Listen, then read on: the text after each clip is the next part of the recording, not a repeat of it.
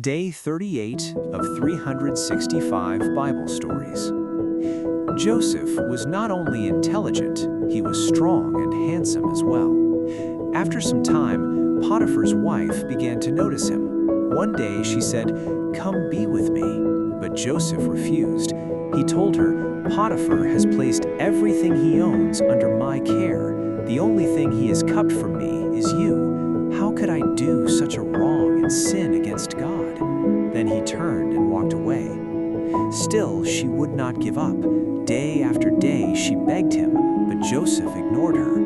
One day, she found him alone in the house. She grabbed him by his coat, but Joseph pulled free and ran, leaving the coat behind in her hands. Then she shouted, "Help! I've been attacked!"